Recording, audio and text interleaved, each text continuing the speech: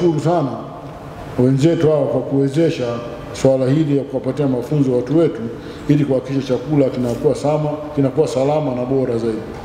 Lakini vile kupata mafunzo katika utunzaji wa mboga na matunda kwa kuzingatia misingi ya usalama wa chakula. Ndugu zangu, sasa nitoe wito kama ifuatavyo. Moja, tutumie fursa hizi za mradi kuweza kuendelea au kuendeleza biashara na uchumi wetu kwa elimu tunayoipata juu ya chakula salama. Yaani elimu ambayo tunaipata katika kufanya chakula kiwe salama, hasa ile elimu itumike ipasavyo.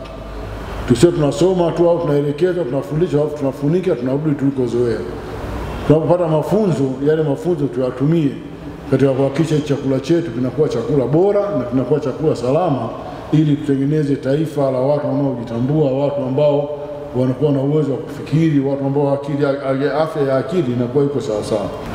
Mimi kama msaikimu wa halmashauri ya jiji, huwa mambo mazuri siyakatai, mambo yenye faida kwa wananchi, kwa sababu mimi ni mwakilishi tu wa wananchi. Lakini jambo lolote ambalo lina faida kabisa kwa wananchi, na mimi naliona hili jambo lina faida kubwa kwa wananchi, sitaki kukataa, kwa sababu nitakuwa nimewakosesha wananchi wangu jambo kubwa, jambo zuri na jambo ambalo litawapatia afya bora.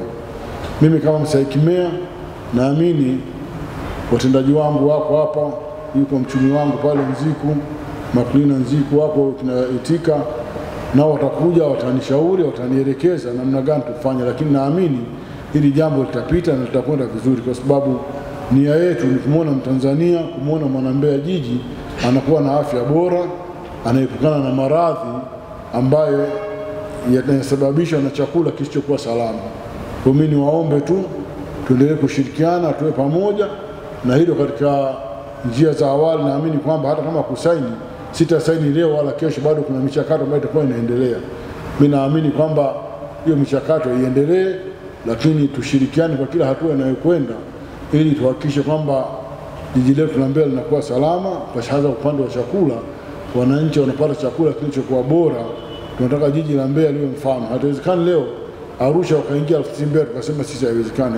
Na Mbeya katika upande wa kulima tuko vizuri sana. Kwa hiyo tutaendelea, mchakato iendelee, lakini na mimi bado naendelea kupata taarifa kwa watu wangu ili tufike mahali tuone kwamba jambo hili tunalifanikisha vizuri, linakuwa salama, linakuwa katika njia nzuri ambalo sisi sote kwa pamoja tukishirikiana. Mimi leo nipo, kesho sipo, hata wakija wengine waje kukuta kwamba jambo tulilofanya lilikuwa jambo zuri kwa manufaa ya wananchi wetu, jambo zuri kwa kutengeneza chakula kilichokuwa salama kwa wananchi wetu. Pekee niweze kuzungumzia kuhusiana na mradi wa usalama wa chakula kwa jiji la Mbeya. Ikumbukwe kwamba toka mwaka 2020 kwenda 21 tuliweza kuzindua jukwaa la usalama wa chakula kwa jiji la Mbeya. Kwa kuna shughuli mbalimbali ya masuala ya usalama wa chakula zimekuwa zinatekelezwa. Sasa kuna matokeo ambayo tumekuwa tunayapata ambayo yamekuwa ni mazuri, lakini kuna maeneo mbalimbali ambayo tunaendelea kuyaboresha ili kuhakikisha kwamba jiji la Mbeya linakuwa ni jiji la mfano, kwa kuhakikisha kwamba chakula chote ambacho kinazalishwa, chakula chote ambacho kinaliwa ni chakula ambacho ni safi na salama kwa jiji la Mbeya.